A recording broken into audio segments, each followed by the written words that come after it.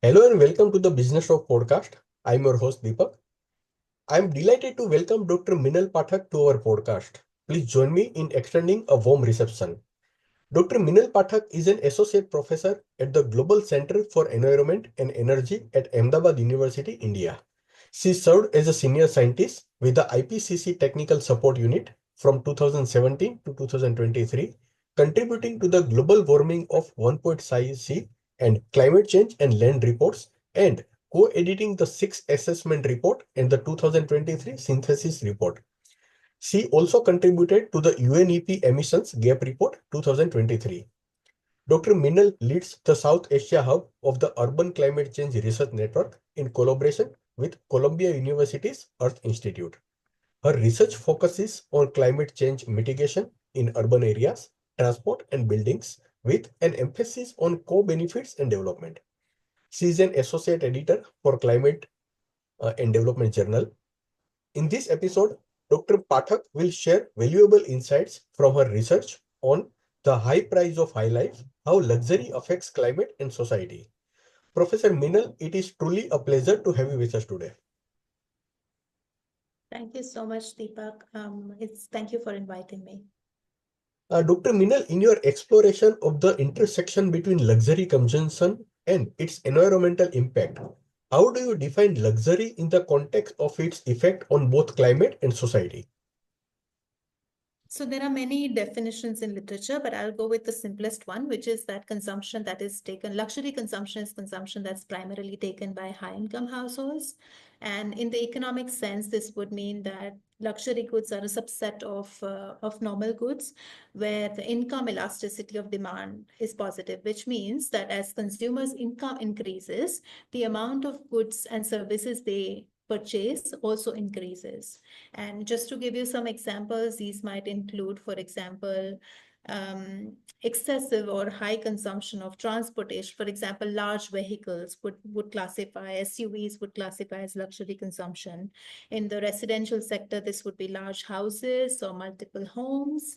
It might mean even extremes of, at the extremes, you might also see yachts and space tourism being examples of luxury consumption.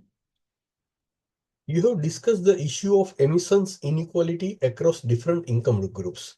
How do you view luxury consumption as a contributing factor to this disparity, both within countries and on a global scale? Thank you. So this is something that we explored in the Intergovernmental Panel on Climate Change, sixth report that was published in 2022, but we also work on this as part of the Emissions Gap Report in the UN, and it's now achieving a lot of coverage globally in terms of discussions about who should reduce their emissions. I think the most important fact is that there is a huge inequality in emissions. This inequality is across countries, across regions, within countries, including within cities. So let me unpack this a little bit. Let me unpack the trends for the listeners. So one is that the rich countries have much higher emissions than the middle or low income countries. That's a given, right? But if you look at the large emitters, then the per capita emissions, for example, in the US or Russia, would be 3 times more than the average. So the average, if it's six tons, then US and Russia would have 2 to 3 times as much, while India is, for example, at 2.9 tons per person, and the least developed countries or the poorer countries would be around 1 ton or 1.5 tons per capita. So across countries and regions, there's also a lot of inequality, but also within countries. So in the IPCC report, we showed that the top 10% of the emitters globally emitted 45% of the total emissions, whereas the lowest group, 15%, yeah, they just contributed 15%. So there's a huge contribution of the rich, which is fewer in number, but much higher emissions. The rich live everywhere, but then the rich in the rich countries are emitting more than, for example, Southeast Asia or South America. And if you look at within countries, for example, in the US, the rich consume almost 40 to 50% of total emissions within the US. In China, this number is about 40%, but it's also as much as 30% in countries in Latin America. And emissions inequalities have been reported for even developing countries like India, Mexico, and several others. So within countries also there is there of course this reflects the income inequality, right? That the rich have more assets and more income, therefore they consume more, therefore their emissions are higher. But in Delhi, for example, the floor space consumption of the rich is 10 times more than that of the poor. So we are seeing a lot of these patterns across and within, and well, I could go on, but yeah, this is in a nutshell what the inequality is across and within countries. Dr. Pathak, are there particular sectors or industries within the luxury market that stand out as especially problematic in terms of environment footprint?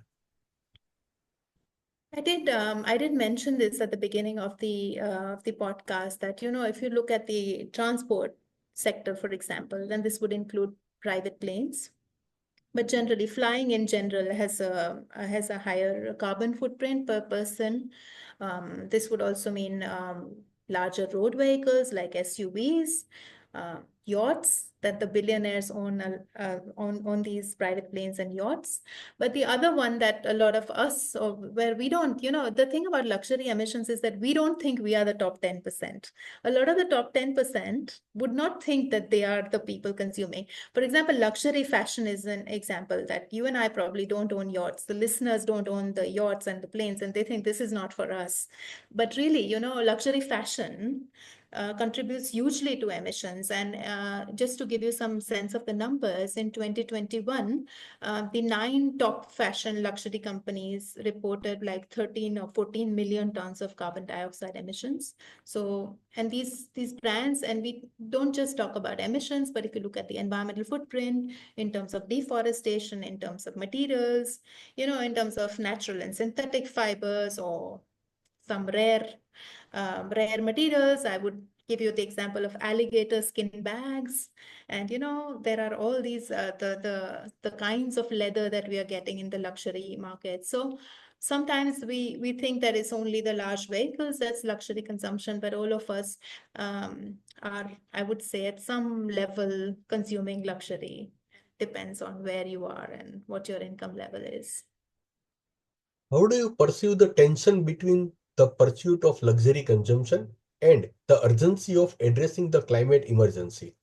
In your research, do you find that luxury goods are inherently at odds with sustainability goals? I mean, just looking at the carbon emissions perspective, I would say yes. So we are at a unique point in history where our remaining carbon budget, I think, is around 250 gigatons, and annual emissions is about 45 or 50. So we have a few years of carbon budget left. And you're at this point in history where we can't afford to continue the way we used to. And so at this stage, yes, we are at odds.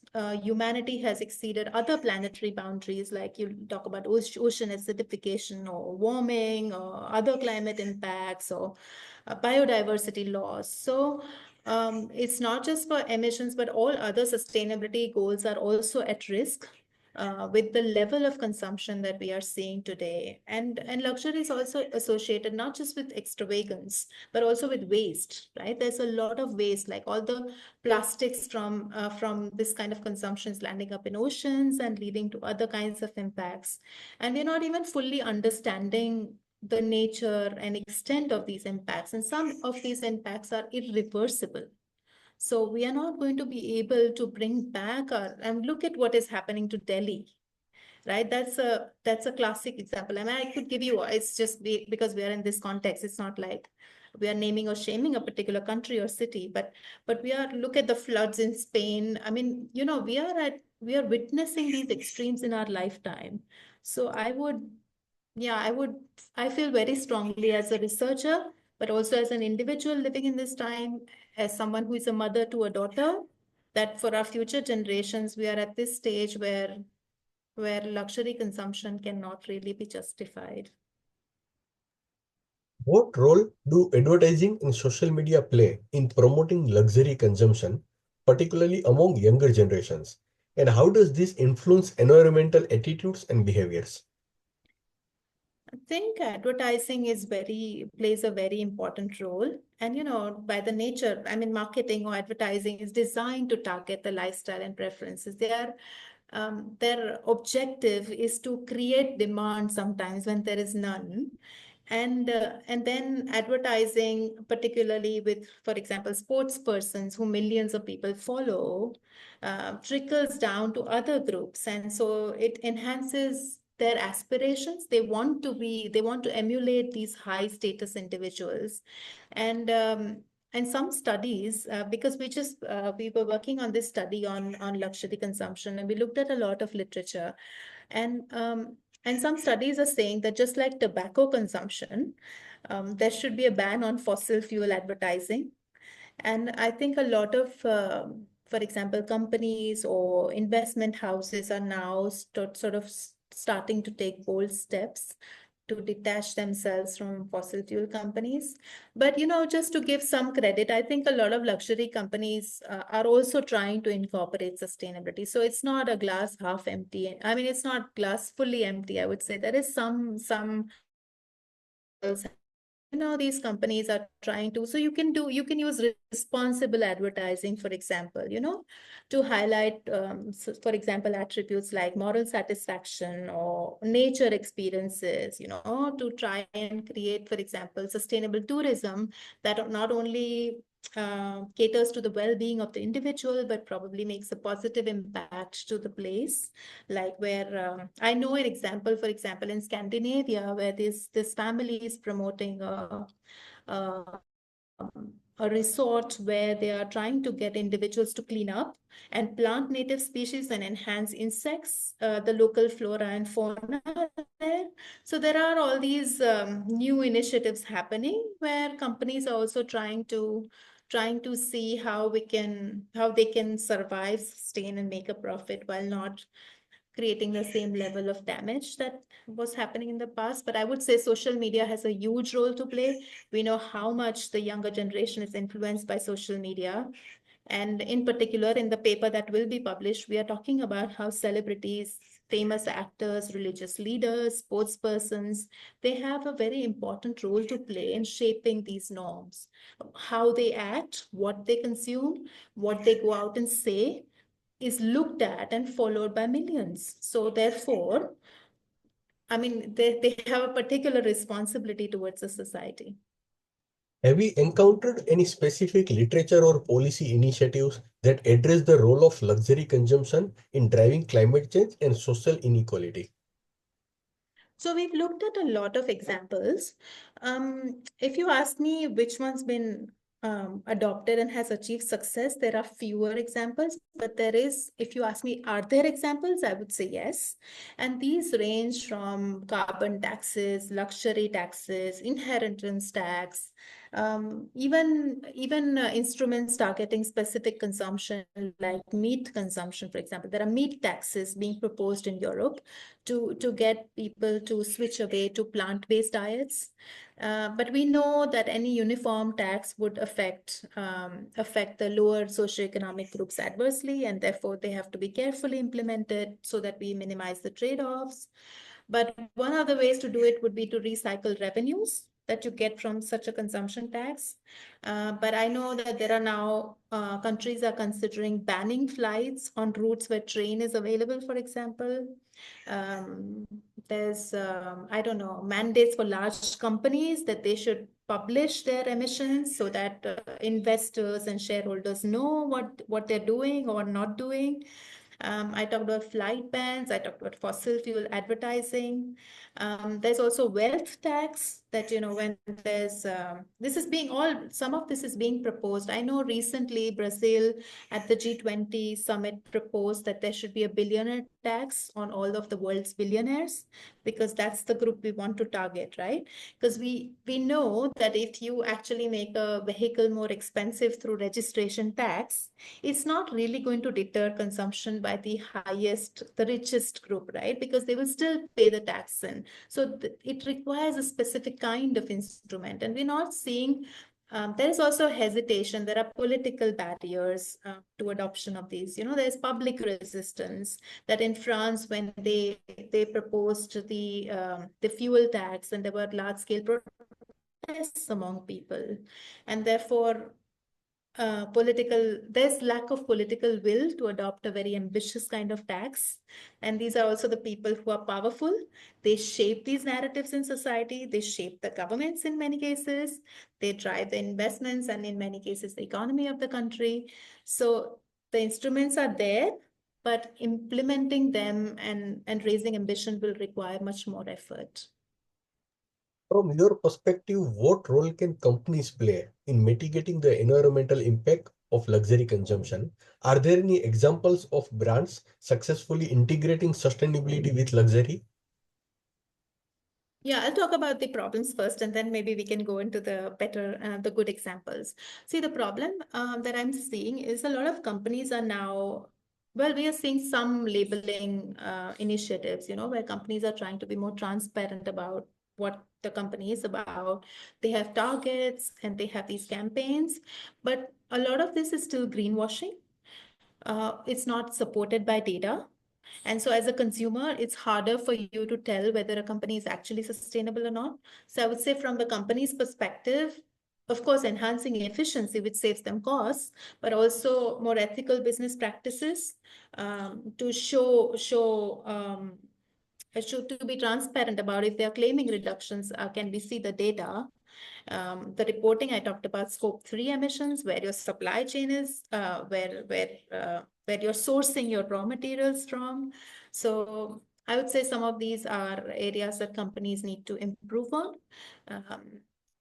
But in terms of examples, there are very many, I would say, which have actually taken very bold actions and delivered. But I'd say then American outdoor clothing company called Patagonia, I don't know if you've heard, but it's been, taking like progressively raising ambition. And I think it's known for its commitment and on delivering its commitment to circular fabrics and organic cotton, etc. But I know a lot of Indian designers, I think Anita Dongre is one such designer who's now, despite being a designer, she's advocating slow fashion. And I know a lot of beauty brands in India are also making efforts towards becoming responsible businesses. Like I would give the example of Forest Essentials, which is a luxury cosmetic beauty brand, and they are trying to be a lot more transparent about their impacts. Um, Unfortunately, I don't have a example of a top company globally that is committed to and delivering sustainability. Maybe my expectations are very high, but we have yet to see, I would say, an example that I would call out here. Professor, on an individual level, what steps can consumers take to minimize the climate impact of their luxury consumption? Is it possible to indulge in luxury while also making ethical choices for the planet? So again, I give the example of the IPCC report where we showed that individual actions can actually reduce 40 to 70% of emissions. And we studied 60 actions and not just luxury. Now I'm talking about overall demand side actions. And we found that the top actions that contributed to reducing emissions were reducing flying, reducing meat consumption, switching to electric vehicles or cleaner transport, and just set points. So if you are using air conditioning or heating, then try and change your thermal comfort levels. That has huge energy savings. Um, so that's what you can do. But in terms of just lifestyle changes, and they're not easy, by the way. We know we are all locked into our lifestyles, so it's not easy to change. The other thing that the report also talks about is that sometimes the choices are not available, right? If you are in a city where you'd like to use public transport, but the efficiency or the frequency of the public transport is not very high, then unfortunately you don't have a choice.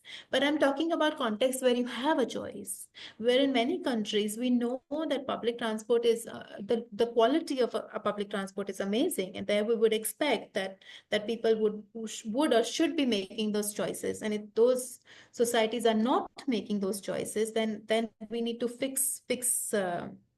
or find out what's going wrong. But as a consumer, I would say just be aware.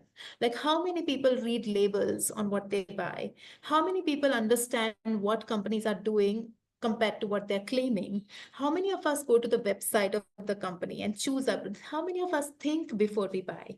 Of course, we look at the price, and I'm generalizing, of course, but like, I'm talking about the wider society. So we need to raise awareness about many of these things. Like, why are we not publishing water and carbon footprint on all products? Like, companies should be asked to do that, right? I would also say product durability, because capitalism thrives on obsolescence, and therefore, as a consumer, you don't have a choice. You have to throw away a phone if it's become obsolete, and that's how companies make profits. So I think consuming products that are long lasting, making societies where people are encouraged to repair and reuse and recycle compared to a throwaway society. Um, yeah, I think a simple term would be buy less. If you don't need, practice minimalism. But I suppose it's known, but we should reinforce that. And probably such podcasts can help or at least drive the topic home and get people to think. Professor, my last question. If you were to propose a policy or societal change to significantly reduce the environmental impact of luxury consumption, what would it be? Yeah, that is a loaded question and a difficult one. So first we have to understand, why this is happening. So people consume because consumption or luxury consumption is associated with a social status, right? That if I consume a certain type of car or live a certain lifestyle, then there's a status associated with that. There are also normative pressures of cultural norms that you have to adhere to, right? There's a perception of how others will perceive me, and of course there's cultural values, right? So in the Indian history we can find both. If you read the Hindu mythology, you will see descriptions of opulence, of grand palaces, and of all those feasts that were thrown, large celebrations and fine clothing. In some of those texts they actually describe the clothing used by kings. But you also find example, for example, again quoting the example of an Indian mythology, a famous book, Bhagavad Gita, where where the simple living and high thinking is a spiritual concept that's highlighted as the way to live a good life. But there's also examples in ancient Greek and Egyptian and Roman cultures where um, superiority is seen with consumption. So one is the cultural context in which we are talking plays a role, and therefore we have to, in cases where this is going wrong, like in societies which were traditionally a sustainable society but now have turned into a throwaway society because of globalization or because of other impacts, we have to change that. So in the study that we did, we a lot of papers are talking about a broader societal change, that you have to change the structure. We have to change, we have to reduce income inequality, because there's a huge difference between the haves and the have-nots. And some papers are advocating the need to move away from a capitalist society to make a truly equal society. And I know that that's very prescriptive, and um, yeah, but it's probably very utopian too. But we do need a transformative shift. And one of the ways to do this would be to build sustainability into education, like when young children are growing up, there are certain values that are taught, and I think we are missing that. And you talk about the educational system in many countries, including in India. um, we are losing touch with nature, because of high urbanization, because of other pressures, GDP growth, etc. So humans traditionally used to revere nature. It was about worship, respect, but just connection to nature. But in the Western countries, also discussions around degrowth, that are there ways to meet human needs with lower consumption. like through green jobs. In fact, a lot of countries, as you would know, are experimenting with fewer work hours.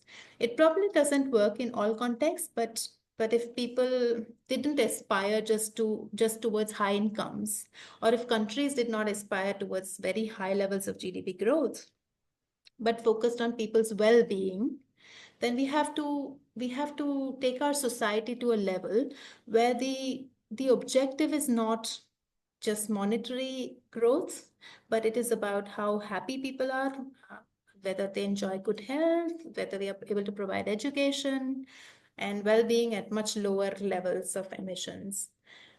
Yeah, I think I'll stop here. For our listeners, thank you for joining us on today's episode featuring Dr. Minal Pathak. Today, she shared profound insights on the high price of high life, how luxury affects climate and society. Dr. Minal Pathak, it's been an absolute pleasure having you with us. Thank you for your invaluable contributions. Thank you so much for inviting me. Thank you. Thank you.